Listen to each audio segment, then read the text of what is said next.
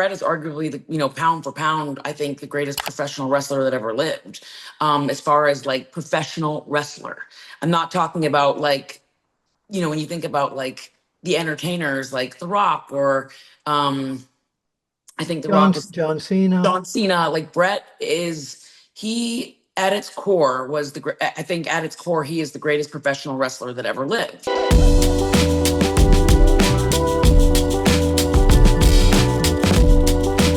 Hello, everyone. This is Bill Apter for Sportskeeda WrestleBinge here at the Apter Chat.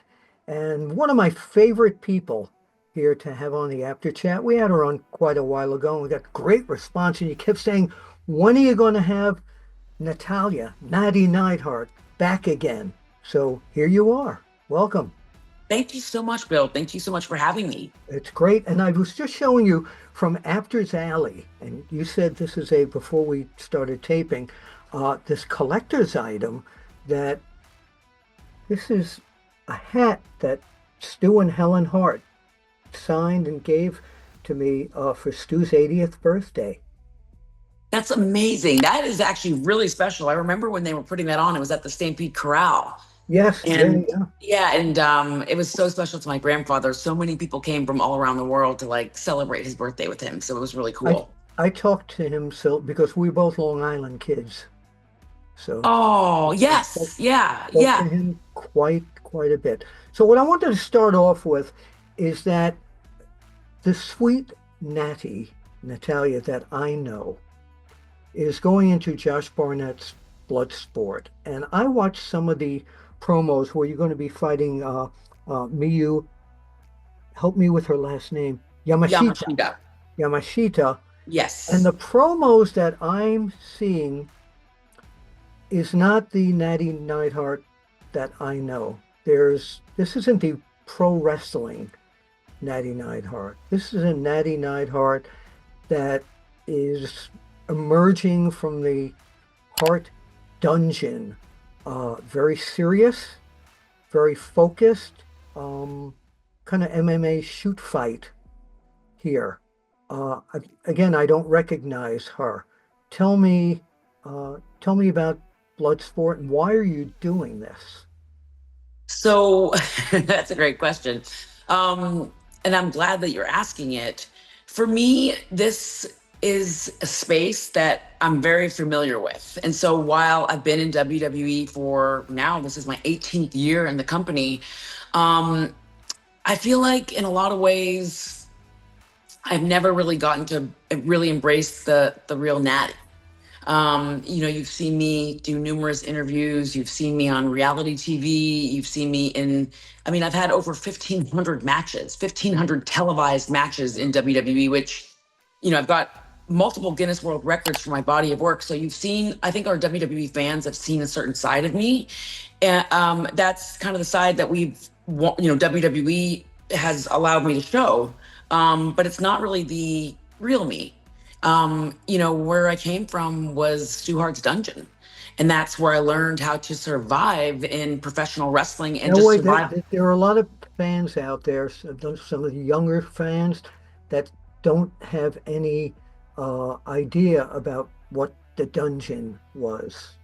Yeah, the dungeon it was just a small room in my grandfather's basement of the Hart House in Calgary, Alberta, Canada. And it's where some of the greatest professional wrestlers in the world trained and honed their craft. The greatest, we're talking about Gorilla Monsoon trained in the dungeon. Yeah. Everybody, from my father, who was actually the last student of my grandfather, Stu Hart's.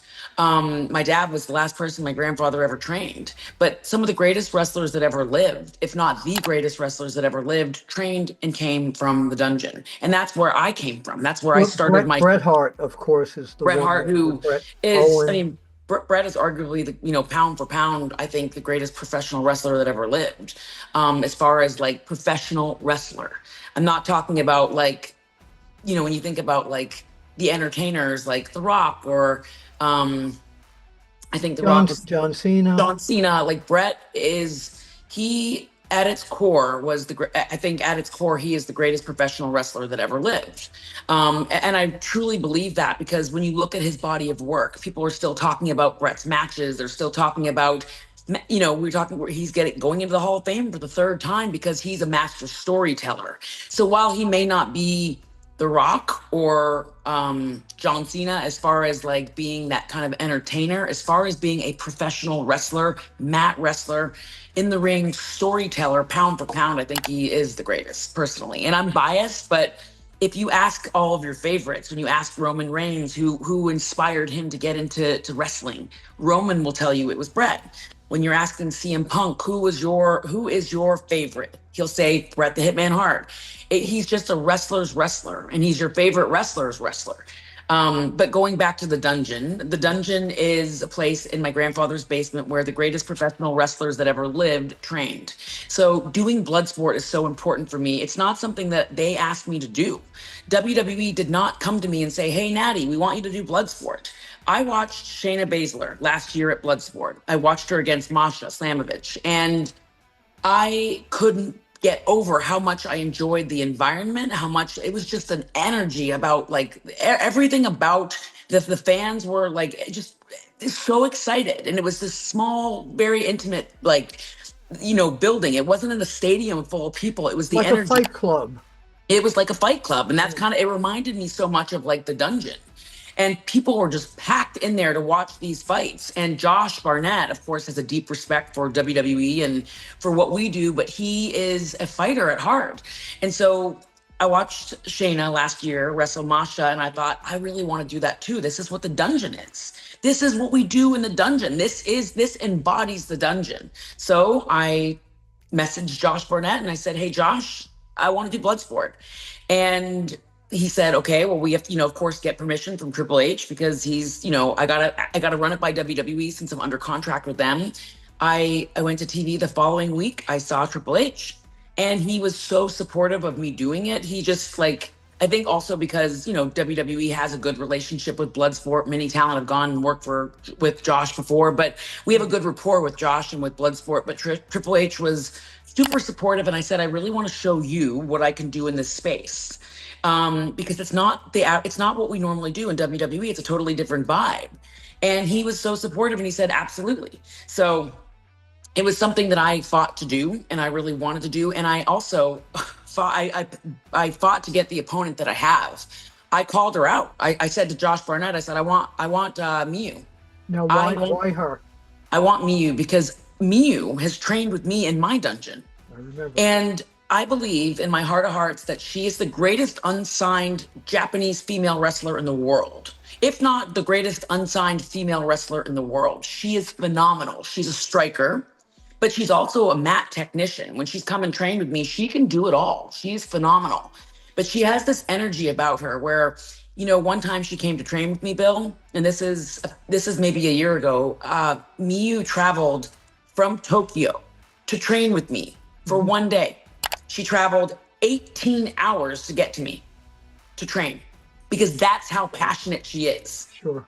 And then when I watch her, I've been following a lot of her matches and I'm watching her work. She's phenomenal. I think she's, like I said, one of the greatest unsigned female independent talent in the world. Right. So I handpicked her. I said, I want Miyu because I want to remind the world of what I can do. And I wanted to pick the very best to do this match with. The style of Bloodsport and the style of WWE, of course, is totally different. In Bloodsport, I mean, an opponent can just kind of stretch you and break any one of your limbs. Do you have any fear of that? Yeah, I mean, I think there's a level of fear to everything that we do, but I like that. I need that. I want to be pushed and taken to my limits. I want to understand what it's like to fight for my life. And I've said this before, but after working in WWE for 18 years, I sleep in silk sheets. I drive a nice car. I have a beautiful home. I have a beautiful family. I have a beautiful life. But I don't sleep at night. I do not get good sleeps. I do not wake up feeling rested because I'm so hungry inside. And so that's something that, when you hear The Rock talk about it, I totally get it and I totally relate to it because he always says he remembers like being poor and he remembers when he didn't have anything. before I ever got to WWE, I didn't have anything. I was an independent wrestler too. And I was working at a restaurant, and I was, I started out in WWE developmental. When I was first in developmental in 2007, I was making $500 a week, which is not a lot of money to live off of and pay taxes and buy wrestling gear and do all of it. But I loved it. And I would do it Make all it again. work.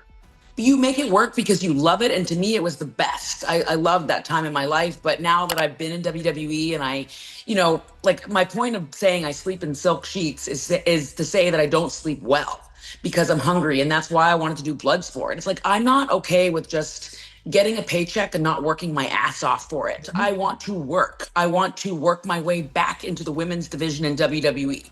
I am not hungry with just doing the very bare minimum. And I actually love that Triple H knows that and understands that, because I think Triple H wants talent that are hungry.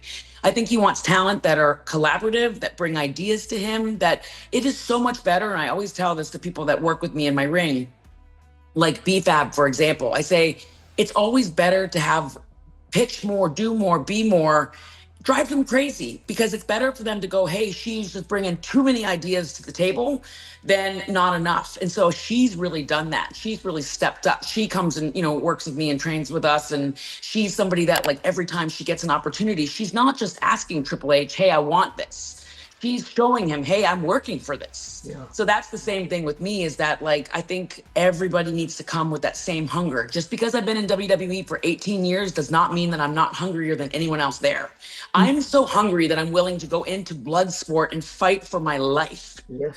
Yeah. Do you think, now that you're talking about that and how we did it back in the formative days, do you feel a lot of the younger talent coming in right now have got it easier? Like, you were down in the dungeon, you worked territories, etc. That doesn't exist anymore. Is it easier for rookie people coming into the business to get started? And a lot different it is, but do they make it easier at this point? I think it's just about, like, wanting to utilize all the resources that you can use. So, for example, if there's not there's no territories right now. So, Yeah. I mean, wrestling is hotter than it's ever been.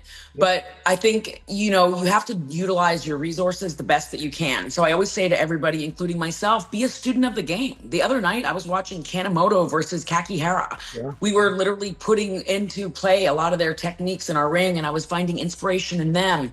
I was finding inspiration in Jushin Thunder Liger. I was finding inspiration in my husband's work from 20 years ago, where I was like, oh, I love that match that you had on Superstars with Rey Mysterio. There's so many things. Yeah, TJ and Rey Mysterio had this amazing match on Superstars, and I watched it back, and I was like, I forgot how good this was. But I find inspiration. You become a student of the game.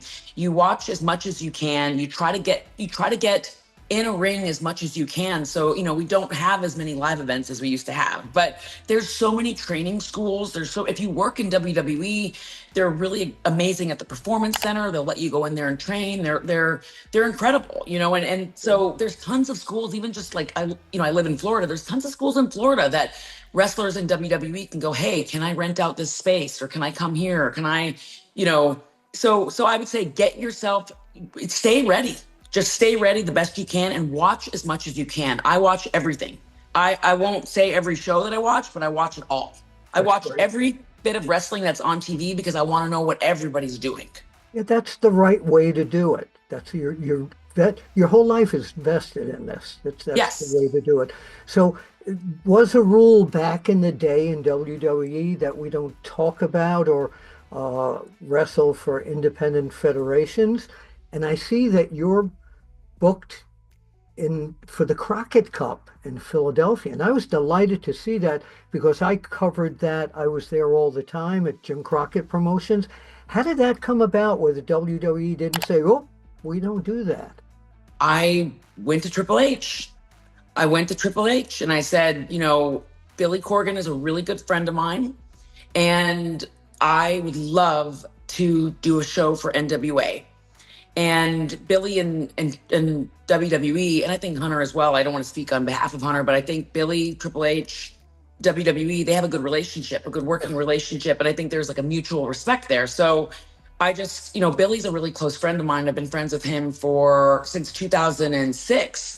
So almost 20 years. And so I love what he does. I went to one of Billy's shows. I love to watch like independent wrestling. And so I have a couple of my students that train with me at my ring that I've trained from like the ground up. Billy, had them work one of his shows, and I went to watch them, and I loved the way NWA was laid out. Their locker room is such a tight, like it feels like a tight knit group of people. I love that family vibe. I love, Billy is a world class. He's a rock star in every sense of the word. I went and watched one of his shows, sold out Madison Square Garden, Smashing Pumpkins concert. He knows how to put on a show. So when I saw what he did with NWA, I really enjoyed it. I loved there. It was fun. It was like there's stories to follow the matches because the matches don't mean anything unless there's a story. And Absolutely. Billy is giving a lot of young and whether they're from the past, present, or future of wrestling, he's giving so many wrestlers an opportunity to shine on his platform. I love what he does. I love how much he loves wrestling. He's got such a respect for the business that when I watched his show, I was like, this is really cool. I love this. And it was packed. The show was sold out. So I was like, he must be doing something right. I really want to do it. And so I just figure, the biggest thing for me, Bill, in doing NWA and in doing Bloodsport is that, I'm trying to work my way back into the women's division. I am not resting on a great match that I had with Charlotte Flair in 2014. I am not saying, oh my gosh, last week we did this match on SmackDown, it just right off into the sunset. Or, I have 6 Guinness World Records for outworking everyone. Yeah. I'm not resting on any of those matches or any of my You championships or still any. want. You I still. want to continue to prove myself because I love what I do, but I feel like at this point the division is the most competitive that it's ever been. Absolutely. We have never had a division like this in WWE where you got a stacked NXT women's roster, a stacked SmackDown roster, and a stacked Raw roster. No single person in this industry just deserves to have a spot. You got to earn your spot, and it's not enough to be a good talker or just a good wrestler or to be a pretty girl. You have to check every box. You have to be Have to great on. have it. You have to have it in Yes, every you have to be all of those things, but you can't be all of those things without working your ass off, working your ass off to have all of those things. Excuse my language, but that's what you have to do to make it. So when people tell me when they come to my ring or when I meet them at a show or they're just trying to get into the business and they say they want this, show me that you want this more than you want to breathe, because that's how much you need to want this in order to make it. You So cannot that make it and you can't make it unless you want it that much.